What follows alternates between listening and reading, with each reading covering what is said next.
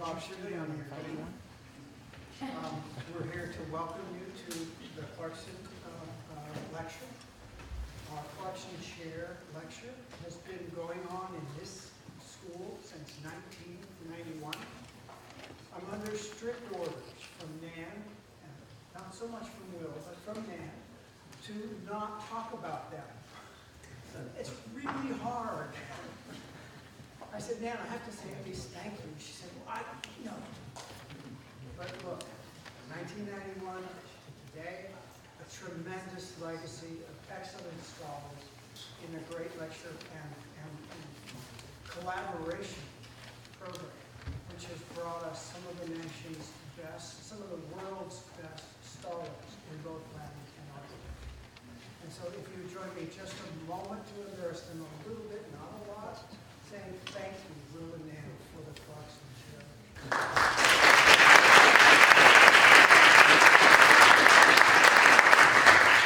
I suspect it'll take me about 6 months to dig out of the trouble I'm in. Thank you very much. I'm going to turn this over to Dan Hess, who's been managing this cycle of the planning component of our Clarkson Chair, and Dan will introduce our Clarkson Chair. Thank you very much for joining us. I'm very happy to introduce our speaker tonight. With us is Dr. Emily Talen. She is Professor of Planning and Geographical Sciences at Arizona State University, where she is also a Senior Sustainability Scientist at the Global Institute of Sustainability at Arizona State. But she also holds a visiting professorship at MIT. She was previously a faculty member at University of Illinois at Urbana-Champaign, and she earned a doctoral degree in geography from UC Santa Barbara. She's a fellow of the American Institute of Certified Planners. She's a winner of the Chester Rapkin Award. That's for the best article published in the premier planning journal, Educators Journal. And she is currently the recipient of a Guggenheim Fellowship.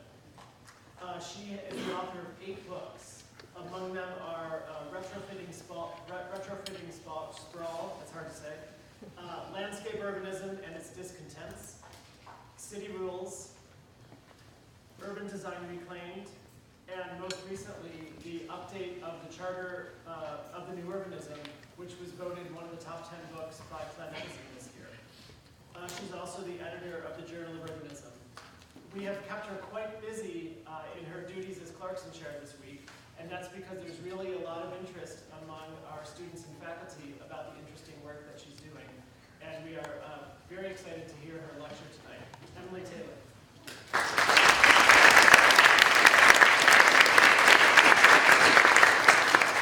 Well, thank you so much, and I'll add my thanks to the Clarksons. Just wonderful to be here. Thank you so much, Dan Hess, for shepherding me around.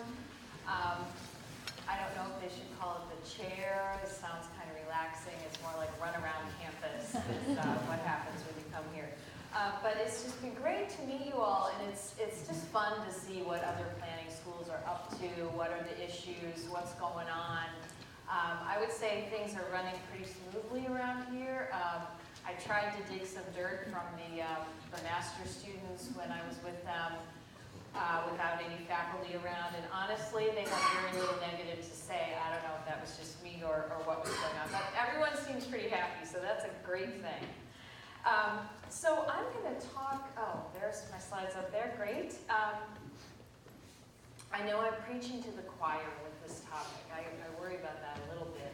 Hopefully I'll give you a few new insights on this issue of trying to create for our cities walkable urbanism, walkable diversity.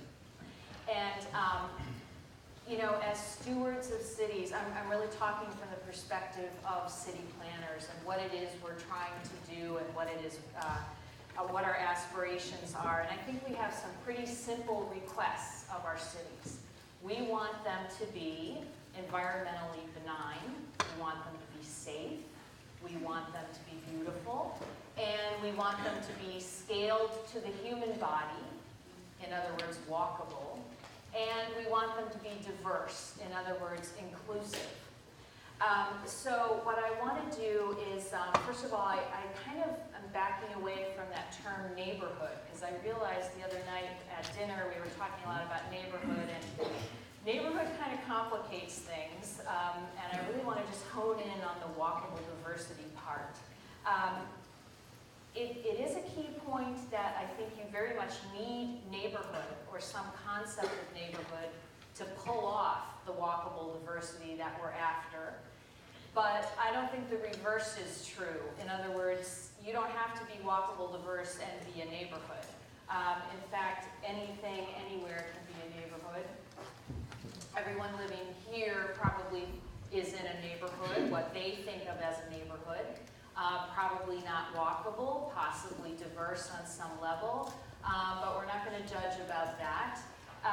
There are also neighborhood conceptions like this.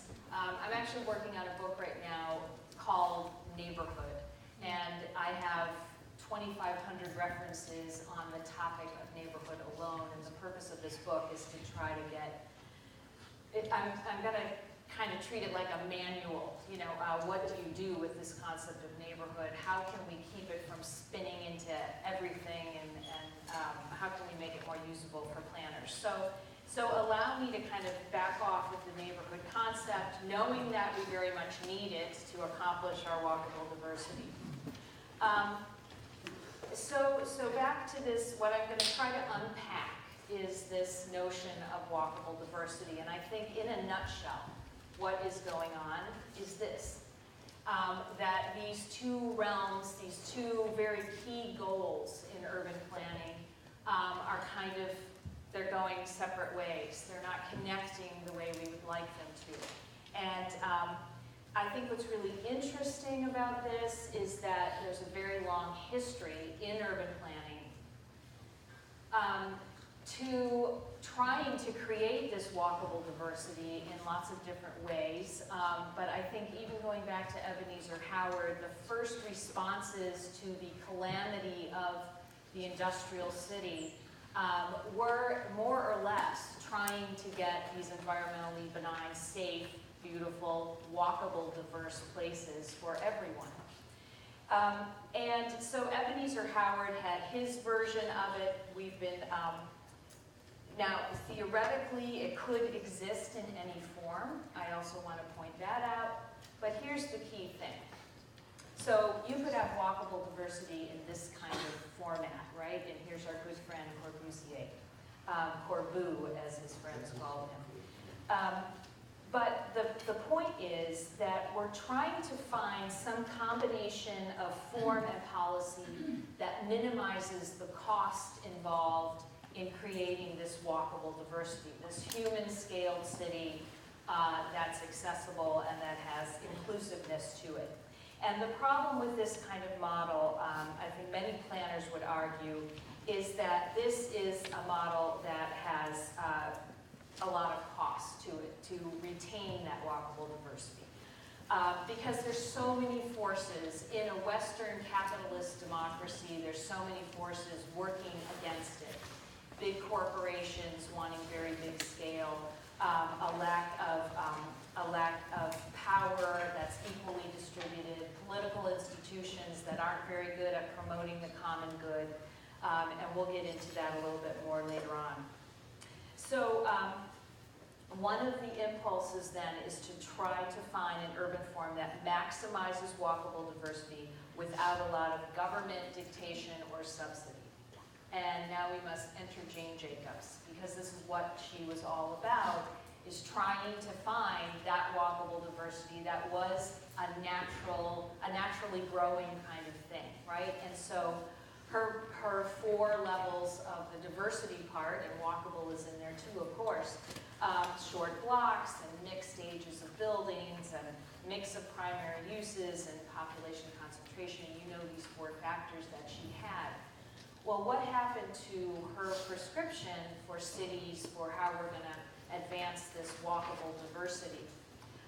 Well, I just very recently, in fact, for this talk, went back and looked at where she lived. And there, I don't know if you can see it there, but there is her 55, or is it 555 Hudson Street in Greenwich Village.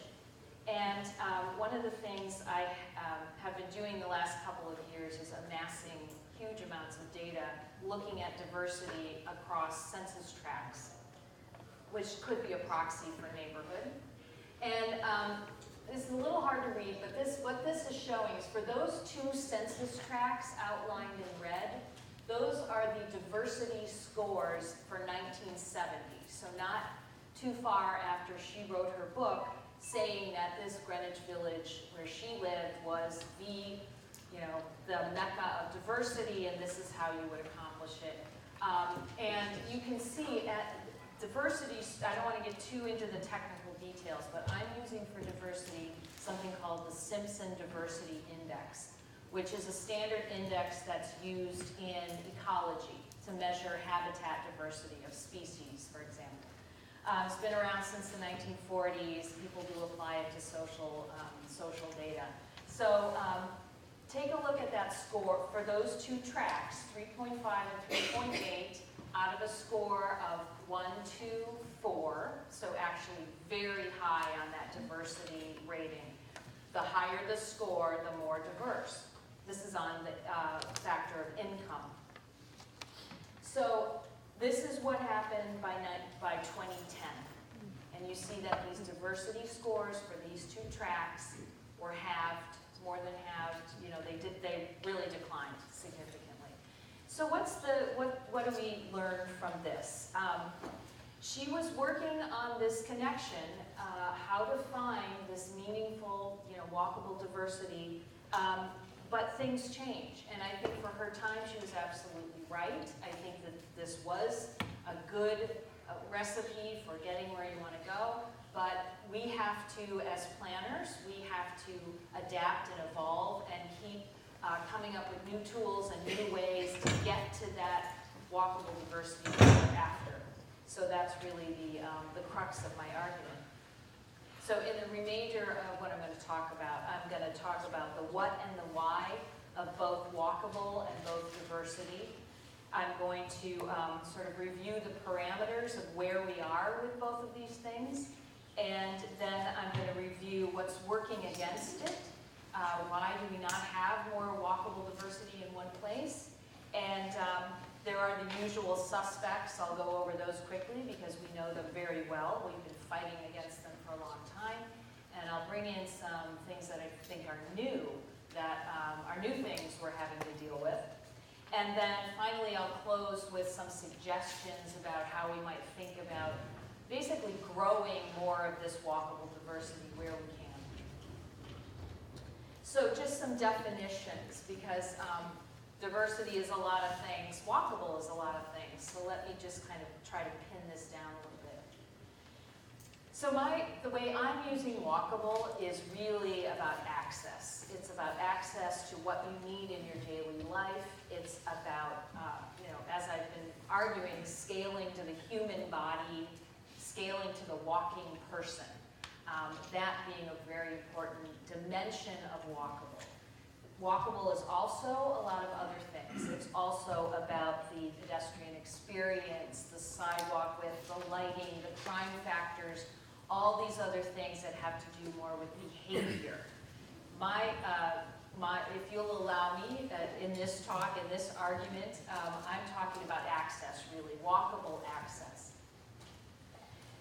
Now, what are the benefits of this walkability for the environment? I would say walkable means compact, and therefore, and I won't spend a lot of time on this because I think you know all this stuff already. If you're going to be more compact, which is a byproduct of being a walkable place, you're also going to have lower carbon, lower car trips. You're going to make energy requirements lower. You're going to transit feasibility, all this stuff that we planners talk about every day with our students. What about, that's the environmental side. What about, and it's also the economic side, by the way. But what about just benefits for individuals? So if you're walkable, that also means you have access and therefore increased physical activity and then probably health benefits, better outcomes for safety, lower crime fear, improve social connections. So don't take my word for it. All of this stuff has been studied to death. And frankly, just personally, I'm getting sick of all the research. I recently, this is actually a story by Planetis and picking up on an article that I did with a colleague, meta-analysis of sorts, we looked at every research article we could find just in the past 10 years that was devoted to assessing whether or not walkable and compact and diverse, adding these all together, was good for you, just for individuals. All the environmental stuff, arguments, that has a whole other literature too, but just on individuals. And we found that, 9 times out of 10, these articles are showing this research, which I still think is important, and we need to do it because we are academic researchers and it's what we do. But all of that material is moving in one direction, and it's all saying that, yeah, walkable, compact, diverse is a good thing. So what about the diversity side? So far I've established that walkable is what we're all going for. The diversity side. This is a little trickier. I like a notion of diversity that's got multiple dimensions to it. Family type is an important part of diversity. Income, I think, is probably the most important part of diversity, and that's because that has to do with equitable resources. Age type diversity is very important, and race and ethnicity is very important. And by the way, Jane Jacobs never talked about race and ethnicity. Her definition of diversity was probably more income-based than anything else. I think all of these dimensions are important. I tend to really emphasize the economic part, the income level. In addition to all those social demographics and how those are varied, and that's a good thing, there's also all of the daily life needs that all of these different constituencies need in one place. So some of them overlap. Older people and singles, maybe they're both into a health food, maybe women and singles into health. I don't know, all kinds of overlaps, but also singular constituencies. So it's really tricky to service a diverse neighborhood. Now, on the issue of scale, and this is really important, and this actually is where the concept of neighborhood becomes extremely important whenever you're talking about diversity. Is Chicago a diverse place? Well, absolutely, if this pink box here is the scale at which you're looking at diversity. So there's a huge black population on the south side, as you might know. So the whole city is very diverse, right? If you start to narrow down your parameters, this is a large district on the north side, that's pretty diverse too. But if you go to a neighborhood scale, which this is like a tract size, no diversity whatsoever depending on where you are. So that's actually my friend Andres Dwani was the one who told me, Emily, the one thing you need to know about neighborhood is that diversity is meaningless without it. And I think that, I ponder that, I think it's actually a really fair point. The other dimension of diversity that I think is really important is that, what I think is important is that it be resident-based. So what I'm showing here is Millennium Park in Chicago. There's the Bean in Millennium Park. All kinds of diversity there, right? You go there, there's people from every walk of life. You've got uber rich and homeless and, the whole gamut. But that's not, and that's important actually. Jane Jacobs talked a lot about the importance of strangers and how, we need to interact, and Richard Sennett is another one, lots of writing about the importance of this. But the kind of diversity that I'm talking about, that I think planners are most sort of pushing, is that resident-based diversity, where you are taking ownership of a neighborhood and its diversity, and that's where you're really seeing the benefits of diversity. Now, people will ask me, well, what about Chinatown, and are you trying to do away with Little Italy and Greektown and the Pilsen neighborhood, which is Hispanic? And the answer is absolutely not. These are wonderful places. places. This is not about doing away with that. But note that these places, these ethnic enclaves, are often incredibly healthy and incredibly diverse. And they have income diversity, and they have age diversity, and occupational diversity, and educational diversity. So they might have lots of diversity behind that homogeneity of that ethnicity. And I have absolutely, there's no problem there whatsoever with me. Why do we need diversity? I've already been hammering on about it, but let me just go through the arguments quickly. First of all of these problems with American cities that you see here are in some way connected to a loss of diversity. So, you know, cars that need to travel incredibly long distances because they are trying to escape one demographic or another, or maybe the jobs are in one place and the living is in another. That's another dimension of diversity. The Las Vegas Strip, that's a condition of homogeneity and lack of diversity. And so all that glaring, you know, all that signage and garishness of the Las Vegas Strip is crying out for attention in a world of homogeneity. So how do you get attention? You have to be garish. So inner city disinvestment, you know, very much related to white flight and, you know, our inability to live in these diverse kinds of neighborhoods. There are a lot of really huge literature documenting all these different benefits of diversity that I've been talking about. So just recapping quickly, the economic argument, there's a whole thing about how it's good for small business, constant mutual support, economic interdependence, that was a Jane Jacobs argument, cross-fertilization of ideas, read Richard Florida and others. The social argument is about if you really want to eliminate concentrated poverty, you're going to have to get diverse on some level somewhere else. So the math doesn't work out to have concentrated poverty in one place and you know, to have lack of diversity. Equitable distribution of resources.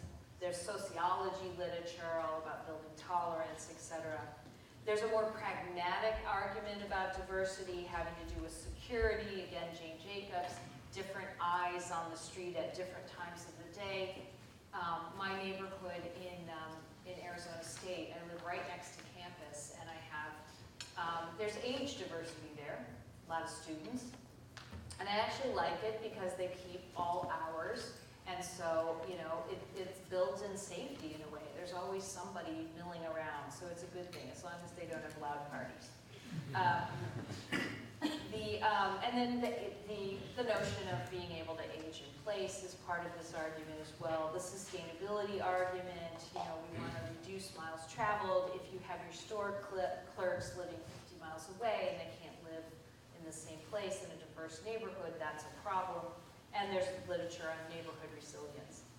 So I just want to, recapping all of this, I've gone over what's good about Walkable, what's good about diversity, and hopefully I've made my argument, although I am preaching to the choir here, I know. You have all these variables, and we're ready to go, right? We want Walkable diversity, woo! Okay, so what's the problem then? Why aren't we getting it? What's going on? Let's talk about the parameters of this. On the Walkable front, how are we doing? How's it going with our walkable cities? So like I said, I've been amassing a lot of data over the last few years, in part from a grant I got from HUD, to look at the walkability of all public housing that's federally funded. And this was there's a lot of public housing units spread across the U.S. And so the percent of us, not rural, discounting all the rural stuff, but just people that are living in the 359 recognized urban metro areas in the U.S., the percentage of us living in walk score 80 and above, I'm going to get to that in a minute because I want to diverge and make sure everybody knows what walk score is. I was a couple weeks ago in Australia giving a talk very related to this, and they don't know walk score, even though walk scores totally exist for Australia, but they were very interested in it, so I had to spend a whole thing on what walk score is. I'm assuming most people here know what it is. I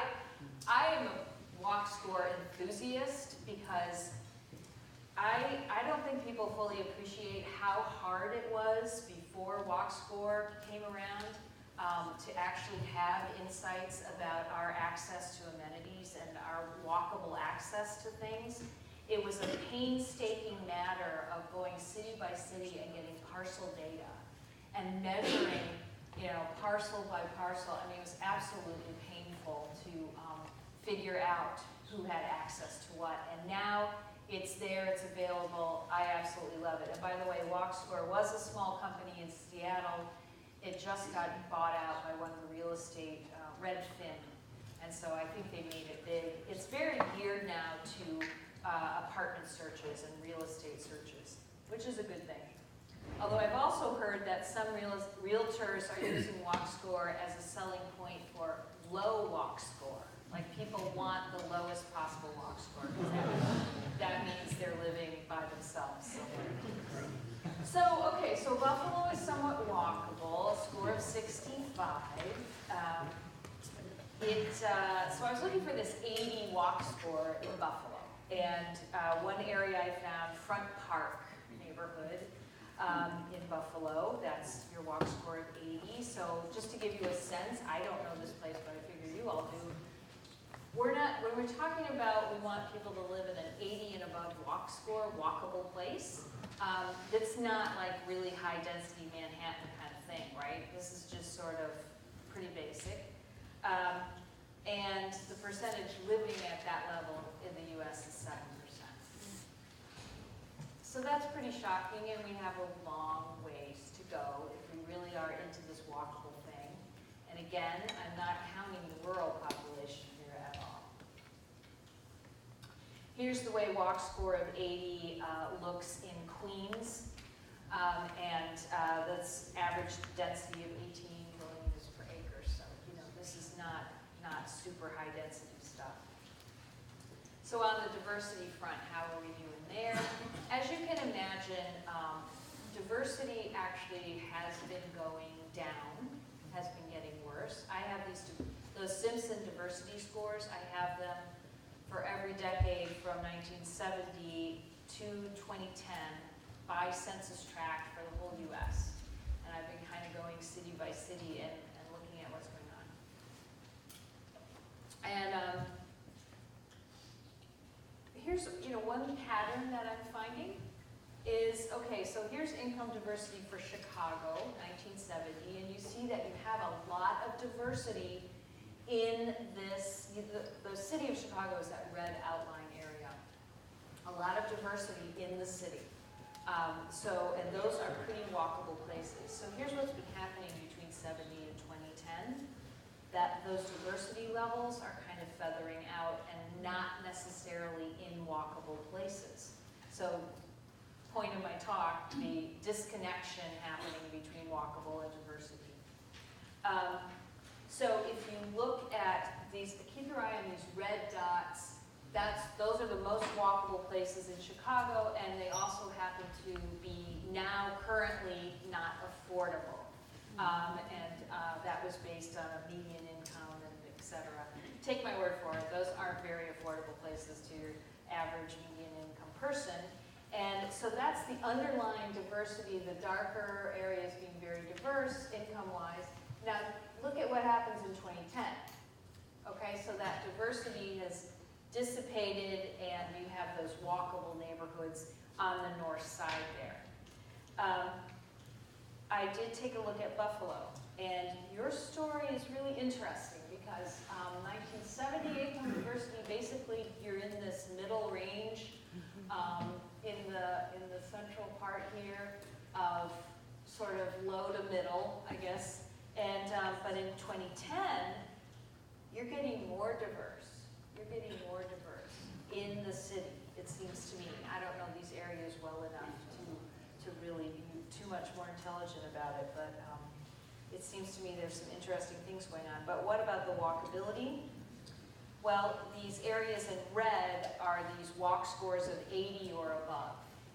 So there is some connection between walkability and diversity, but I think that this is the kind of spatial information that I would like planners to take to the table to try to come up with strategies to promote the growth of walkable diversity, which I'm going to get to in a minute. Just to let you know really quickly what we came up with for our affordable housing study, the HUD study. So we looked at, these are the locations all across the U.S., 174,000 block groups and 359 MSAs. And basically what we found is this. The most important thing to keep your eye on is right here. The percent of HUD units in unwalkable locations is 71%. The location of the percent of HUD units with excellent access, that would be 90 and above, is 10%. So this is a real issue. You know, if you're going to, I haven't even talked about the connection between affordability and walkable. You know, if you're more walkable, presumably it's better for your pocketbook because you don't have to have a car and you can reduce those transportation costs. And that's, you know, certainly there's a lot of effort going on to try to make that, that transportation part of housing be an important factor in policy making.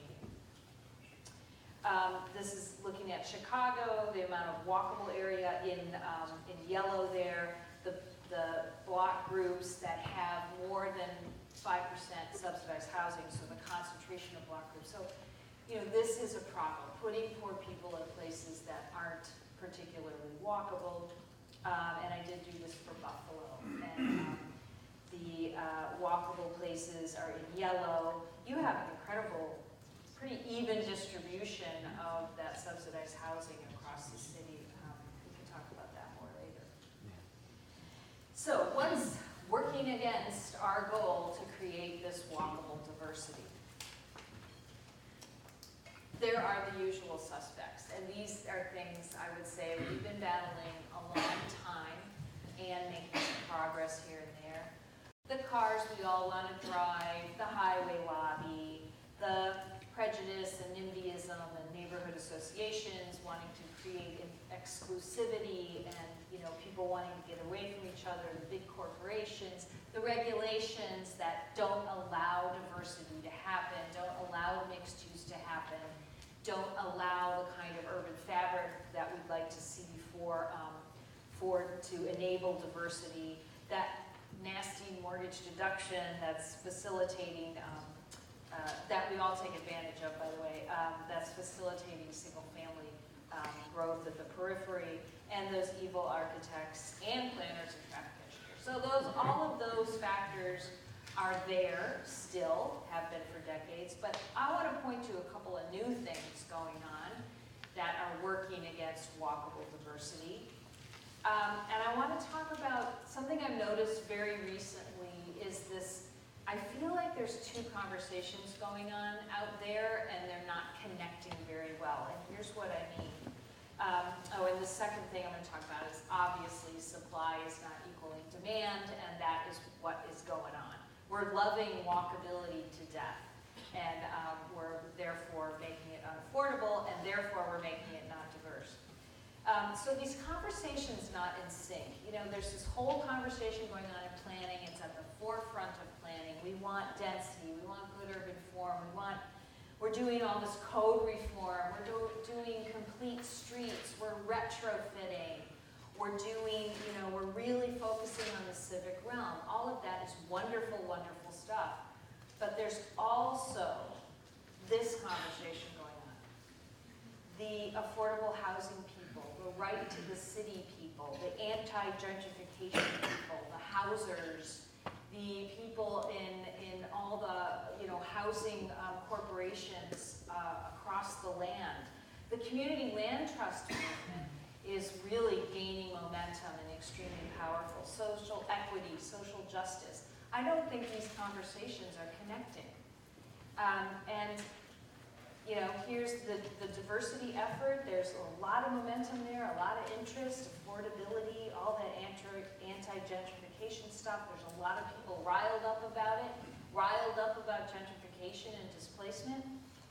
And here's my evidence for why I think these conversations connecting.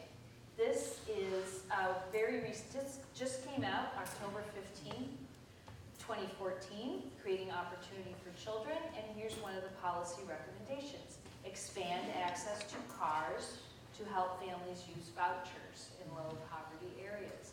Now, if this interest in walkability was connecting well with the diversity folks, with the housing folks, I don't think that this putting out there about the cars would really be necessarily be happening. I'll show you some other examples. Here's the Kirwan Institute. This is a great group of people. They were at Ohio State. I heard that they just recently moved to University of Washington, possibly. I'm not exactly sure where they went, but lots of funding for these folks, and they do these wonderful, they do opportunity mapping. So they're all about, giving us better knowledge and intelligence about where people should be living and what are the opportunities. And I was really amazed at, here's their opportunity map for Baltimore. The whole center city is deemed low opportunity. So you see that the drive here is literally to drive and to get people in these suburban areas out of the city. And I went to a couple of sessions at ACSP, which is the main planning academic conference a couple weeks ago, and went to a session that was devoted all to let's give poor people cars, because this isn't working for them to get access jobs. Now, I totally understand and sympathize that that is a huge problem, but I'm only trying to make the point that this disconnect is very much happening. So that's one problem, and perhaps that's more on the academic and policy side of things, maybe in the think tanks, maybe in the HUD, but ideas matter. But there's also, of course, the supply and demand issue. That's definitely a big driver. It's kind of ironic that we're loving this walkability so much. So one thing that's good is I think that the whole low density thing, people are kind of over it. A lot of people are over it, not everyone, but a huge amount of people are. We got over this confusion between density and urbanism. We figured out that density is a whole lot more, or urbanism is a whole lot more than density. Walkable urbanism sort of becoming a no-brainer now, like, yeah, of course, duh.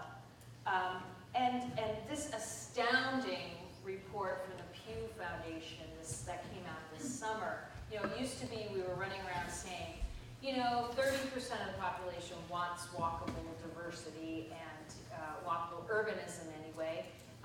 So if we can just get that 30%, but now it's up to 48% that you could argue, this is a survey of 10,000 people across the US, 48% are saying, yeah, I live in a more compact kind of area. That's a huge number. These are statistics that we didn't have 10 years ago. And my point, I do have a point to this. So reining in this whole, what are we going to do about global warming? This is not necessarily working. Now we have all the Republicans in power. They're going to put in the pipeline, whatever. But here's where some success is happening with all of this. Reining in that incredible lifestyle of the American middle class that was contributing and is still contributing to global warming, but we're reining it in. Tony Nelson's book on these coming preferences, a lot of research now. Look at this, 87% of the change in household type in the next 20 years, there's a huge change in that household without children demographic. And those are urbanists, a lot of them will be, and they want walkability. So here's what's happening then. Looking at housing price quartiles in low density areas, here's the way it pans out. This is for the whole US, high, low, medium, high, medium, low. But look at where these housing price quartiles are compared to high walk score neighborhoods. It's the high walk score neighborhoods that are eating up all that the highest quartile of housing prices. And that's just 90 90+ neighborhoods. If you do even higher density, and actually this is a slide I kept in from a talk I gave where the author of this book was in attendance, Vishaan Chakrabarty, who's at Columbia, who's been pushing this country of cities, which is 30 dwelling units per acre is his argument, that's what we need. And you know, here again, those are the most expensive housing markets. So it's just supply and demand, I would say. That is exactly what's going on. And so you can see these tensions all over the place. I run into these daily. Here's from October 31st, not that long ago. You know, artists getting pushed out, of course. Fascinating video of, you know, the fight going on between these, you know, yuppie Dropbox dudes, as they're called, and in San Francisco neighborhood, and these kids wanted to play soccer, and they got in this whole fight over it. So, you know, you see these gentrification things happening, and lots of tension over this. What about the new urbanists? Weren't they supposed to be the ones creating this walkable diversity? And certainly that is a huge part of their charter. I don't like to pick on them too much. They have certainly been trying hard. I studied all the 320 new urbanist projects across the land to look at their levels of affordability because their whole goal is walkable diversity. And, you know, basically found that these are the salaries for a teacher, a median income, and a cook for each of, actually it was like 150 developments that I looked at in those local areas. And I made some assumptions about what these income levels could afford to buy, and I looked at whether or not units in those new urbanist projects would be accessible to these people. It was only this little group right here that would have that access, and this was only for a one-bedroom unit, and this was after the real estate crash. So that's a problem. Again, my new urbanist friends would say, well, it's just a supply and demand problem, and I don't disagree. Okay, so what about our strategies? What are we going to do about this other than define the problem? I kid you not. I've been running around the world saying this. I've played well in Australia even.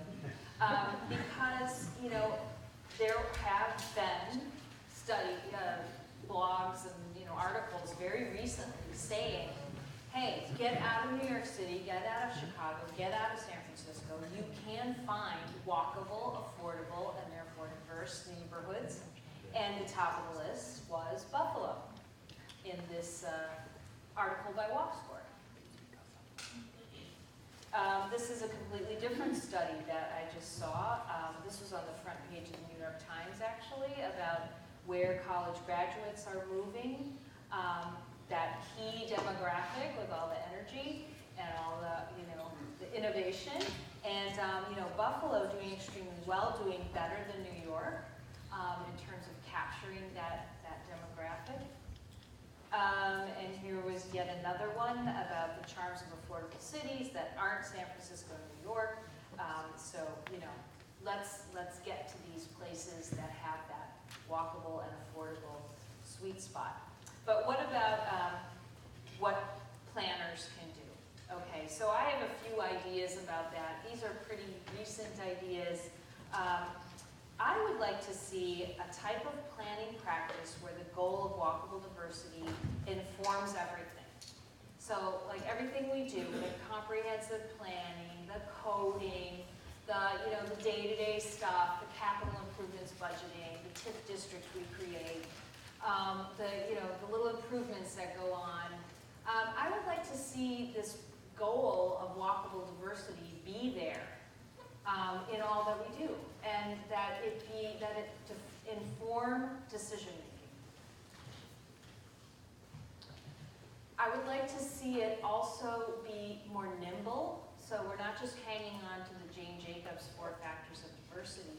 We're changing and we're understanding where this walkable diversity is growing and declining, and we're losing it over here and we're getting it over here, and we're understanding these changing conditions and we're responding. So that a lot of that is about being more strategic about our investments. A no-brainer here, of course, is that you want to take those walkable places that have become unaffordable and therefore not diverse and put some investment in there. And so just a simple map like this where you're looking at, okay, here's our affordable walkable, our affordable not walkable, our not affordable and walkable, and our not walkable and not affordable. So I would say, forget about the not affordable, not walkable. Those are the high-end burbs. They can fend for themselves, right? But how about the yellow areas, the not affordable and the walkable? That's where we need to start, putting in those community land trusts, making it easier for them to develop there, and targeting our subsidies locationally. And then in those affordable places that are walkable, those red areas, monitor what's going on there, because those are the next ones to gentrify and lose their affordability and therefore their diversity. And so those are the ones, let's have some intelligence about where they're moving and what's happening.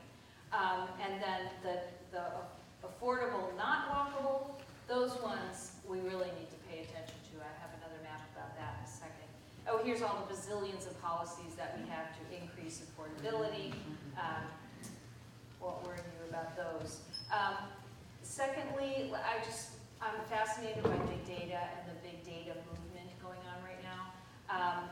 There is a way, I think, to grab hold of all that big data for purposes that have to do with walkable diversity. I haven't figured out what that is, but if any of you students want to work with me on that, please send me an email, because I'm really interested in that. There's just reams of so much data, the computers are crashing, it's just like they can't handle it. And Chicago is really interesting, and New York too, opening up all their data that they have. They have so much, and they actually, in Chicago, they sponsor a whole floor of a building downtown where they let hackers come in and they have hackathons, and they just play with the data, and they try to think of new ways to use it and new intelligence to get. And most of this, what's coming out of this is efficiencies of government. It's really been channeled to operationalizing government and fixing the potholes faster and stuff like that. So how can we be more intelligent with all this big data and actually channel it toward this goal of walkable urbanism? Oh, just some maps of all this data. It's just data everywhere. I'm actually going to a conference next month, which is devoted solely to what questions are we supposed to be answering with the data. I'll let you know how that goes. And then, let's not forget, of course, the process. And here's where I think there could be some real innovations. Maybe the big data is part of this too. Of course, we have to have this community buy-in in everything we do, but the beauty is, for us planners, this inclusive community engagement is very consistent with walkable diversity. I just feel that that's often what can happen. You often hear about all the NIMBYs, but there also is incredible power in people really coming together over the issue of walkable diversity. I just love some of these folks. I just listened to this TED talk by Alessandra Orofino, political mobilization activist. She was talking like a planner. She was saying we need a participation revolution, and she was saying that inclusive decision-making has to be about how we make places. So it has to be about planning. So channeling all that energy and participation revolution in a way that promotes walkable urbanism and walkable diversity. Design, I think I'm running out of time, but there's a whole design component, and I have a book called Design for Diversity, and it's all about these topics. Once again, any kind of design can produce any kind of social mix that we want. What is the level of subsidy and effort involved attached to these different urban forms? So again, the key is to try to find a more naturally occurring way of getting there. In my book, Design for Diversity, I talk about mix and connection and security and the design requirements. There's a course, building types that can integrate unit sizes, no-brainer, very obvious. Most of our codes don't allow this kind of thing. That's crazy. Creative ways that, housing units, like courtyard housing encloses and all kinds of different typologies used to be fit into single-family neighborhoods. That's a way of really building this a fabric and enabling diversity more than we do now. Leveraging the public realm, the civic realm becomes really important in these diverse neighborhoods because you have very different housing types and you have very different kinds of people, and you need that public realm to kind of knit it all together and make it hold and make it stick. And that's very, very important. Often we have in diverse neighborhoods codes that aren't really responsive to what needs to happen to make change in the neighborhood conducive to diversity and supporting it. Regulating by frontage type might be an important part of that. So just my final couple of slides here. I would like to see us set a benchmark of, let's have 5 new walkable and diverse neighborhoods in the next year, and let's tie it to walk score. Let's say we want 80 walk score neighborhoods that are also affordable.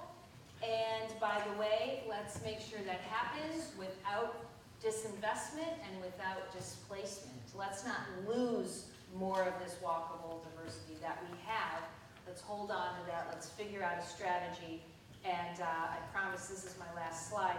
Remember this, this map I showed of this, having intelligence about what is where. If you looked at, this is one idea I'm sort of pursuing. There are these not walkable but affordable places that have density, that have 10 or more dwelling units per acre.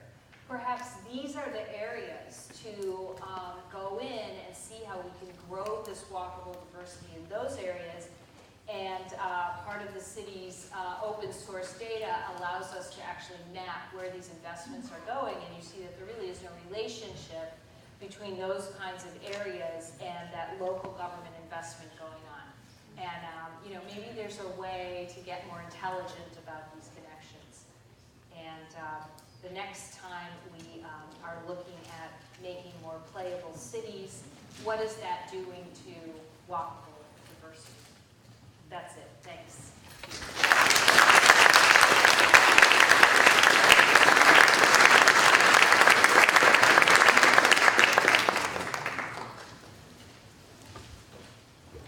Questions, comments?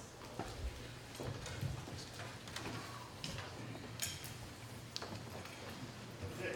Yes, three-part question. One is, actually, I don't hear much, I look about going.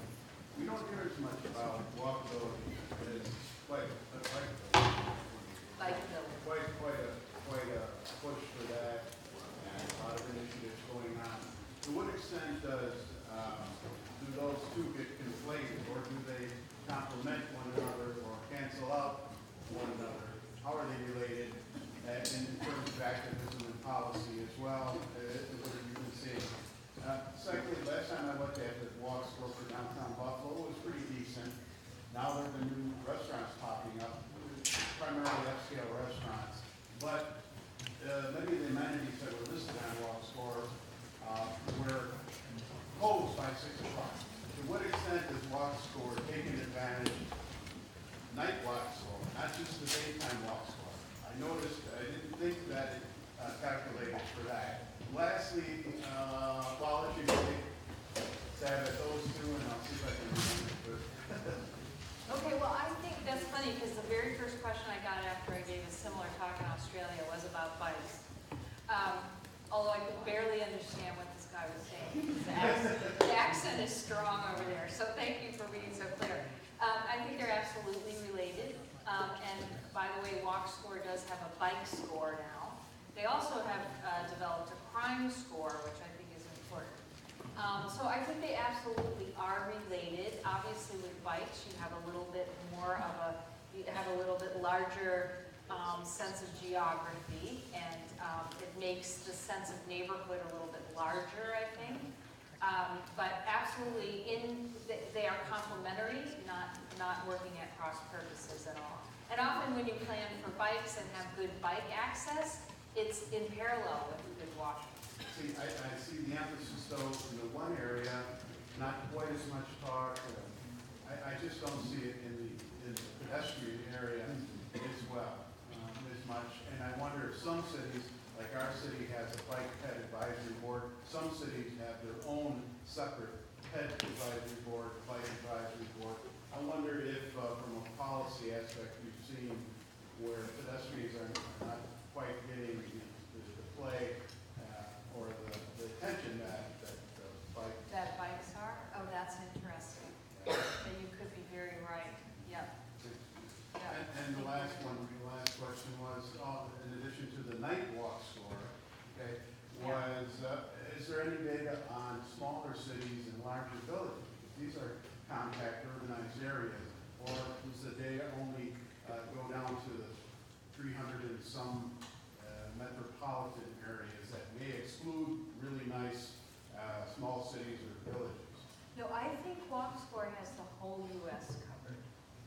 The whole U.S. because they're driven by the input from Google Maps, and other sources. They have a million different sources, and they corral it all together. So it's for the whole U.S. I just had data for the metro areas. And the night walk score? The night walk score, that's a really good idea. I don't think they're that sophisticated. Yeah, well, That's a makes good a big idea. difference. It does, you're right. You're absolutely right. But one thing you should know about the walk score is it's all based on access to amenities, and there are weights for amenities. So the strongest weight goes to grocery stores, and then followed by schools, and followed by, so it's really trying to gear at daily life stuff. So the bars and restaurants are a little bit further down. Well, So, even late night pharmacy. yeah. Just a quick question on how transit might enter into the picture as well. Because it seems to me when we're talking about the walkability of the neighborhood, are we talking about the ability to live car-free? And it seems to me that the only way you really can get by car-free is if there's a very good transit system that would perhaps work in tandem with the alternative modes of biking, pedestrian access, etc. Yeah, absolutely. The transit access is really key. There's only about 20% of the U.S. is covered by walk score on the transit issue. So they have something called transit score. And, we also found, we did another thing on, the HUD subsidized housing, low-income residents, can they at least access via transit? And that was even worse than the walkability. Definitely not a car-free kind of scenario here at all. These are car-based places, even if they're walkable. I mean, not car-based, but there's no place that's car-free at all. Yeah. So, but you're right, the transit, having access to transit changes this discussion a little bit, I would say.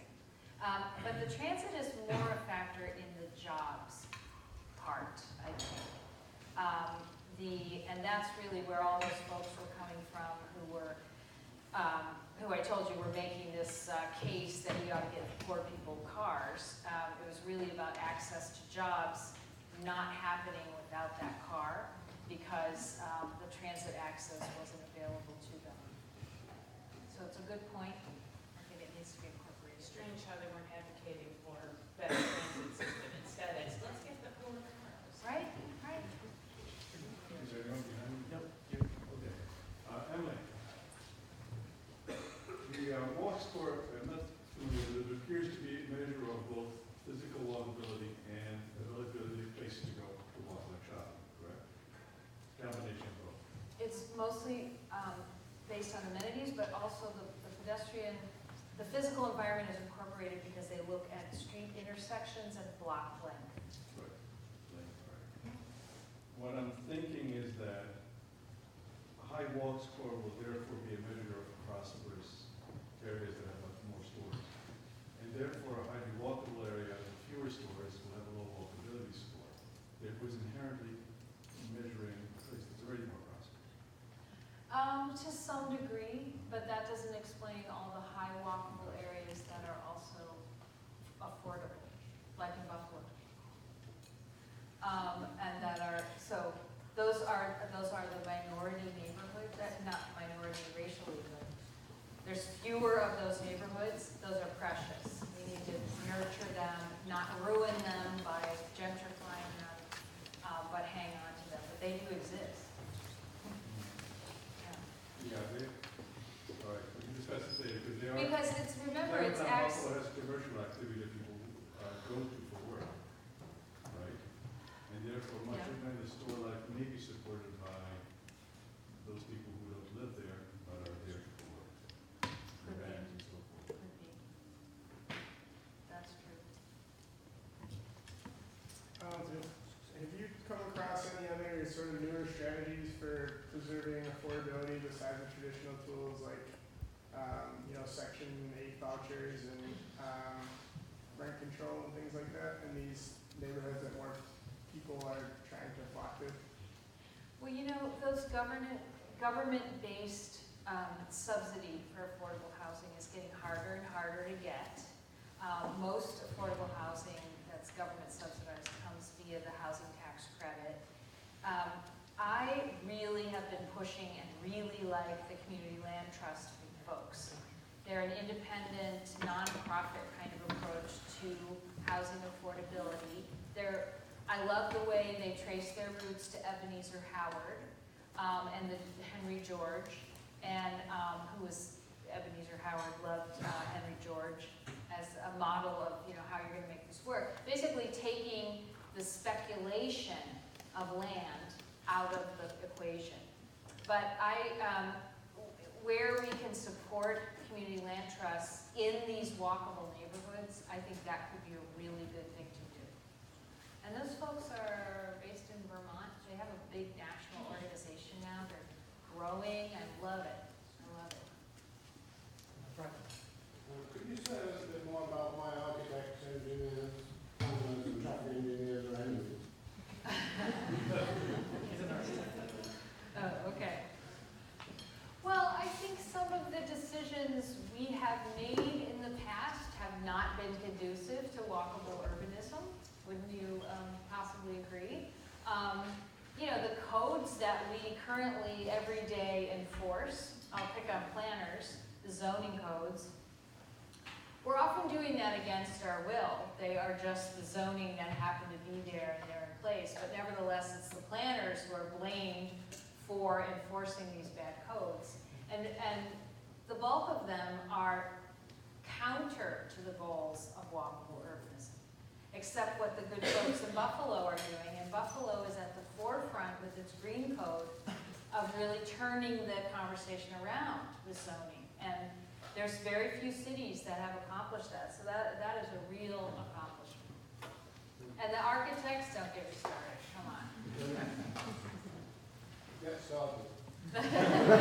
Well, maybe the engineers are even worse. Just trying to have a conversation with transportation engineers about why it's not all about flowing cars and making cars move as fast as possible. It's really, we're trying to get the pedestrian to be the point of departure for how they, want to design streets. So there's been some turnaround there. Architects, to the extent that they're not looking at context, they're not looking, buildings are not thinking about whether or not they're contributing or not to walkability. I give them a break with the diversity angle, but just on the walkability front, I know in Chicago, where I live a lot of the time, I have a place there, the architects come in with their buildings, and maybe it's the developers really who are the evil ones. The architects are just following what the developers want, but they're putting in these high-rises in my neighborhood that have 2 cars per unit, and that's not even required by the zoning code. So I'm like, what's going on with that? Because that's not good for walkability. We need those people to be getting used to being out of their cars, and this is in a transit-rich location. So I guess, I don't know, it's unfair to blame the architects, I guess, developers. They do what they're told, yeah. time for a couple more questions if anyone has a question or comments. Thank you for that presentation. I guess my question is about the limits of urban form. So the United States is an economically divided society. Even if we had the perfect urban form, would we actually see a diverse community if we don't have fair wages, we don't have the ability to integrate economically? So what's your recommendation for what planners should do to tie both urban reform with other kinds of reform? Well, I mean, we can't change the fact that it's a capitalist democracy that we're living in. And this is where I think this conversation with the right to the city folks in particular, the social justice, the David Harvey people, I guess you could call them. I get frustrated because they want to just talk about political restructuring. They want to talk about the political economy and restructuring that. And I guess I would only say that, we can only go so far with that. Let's have a conversation about it. Let's not just retreat into our own camps. But I don't know. Let's focus on smaller incremental successes. How about we get 5 new 80 walk score neighborhoods in Buffalo next year that are also affordable? So I know that's a horrible answer to your question. It's a really fair question. I'm frustrated that we have so much inequality, but I don't know what this particular discussion can do to really make structural change, especially with this new politics and all these Republicans who just got voted in. Thank you. Okay, I'm off the hook. I think we've reached the end of our time. One more. I guess kind of related to that last question was, you mentioned that 71% of HUD was like units or structures were non-walkable. Do you have any data kind of what year those structures were built, or like so if they were kind of more urban renewal projects where it's kind of gardens or towers in the garden, so just inherently then they're not very walkable to their surrounding, or if the majority of them are kind of more, as you like tax, like rehab buildings that are maybe downtowns and they're getting tax incentives and for Section 8, things like that. Well, I'm glad you asked because that's a really interesting question, because what we also found was that the places that had more walkability and better access were on the sites of those original tower in the park kind of developments. So like the Hope 6, units that were put back in, a lot of those towers have been demolished. Every one in Chicago has come down. But on those central site locations, that's where the better walkability is, even though they're poor neighborhoods still. And the less walkable are the ones, we also look at voucher holders. So we know the locations of all these voucher holders, their accessibility and lack of walkability is even worse. So the argument becomes, it's again feeding into this, what's the response about concentrated poverty? Are you going to give vouchers and put people in suburbs, give people cars, or are you going to concentrate on those walkable areas and try to capitalize on that? How important is walkability in this whole discussion, I think is what it comes down to. Good question.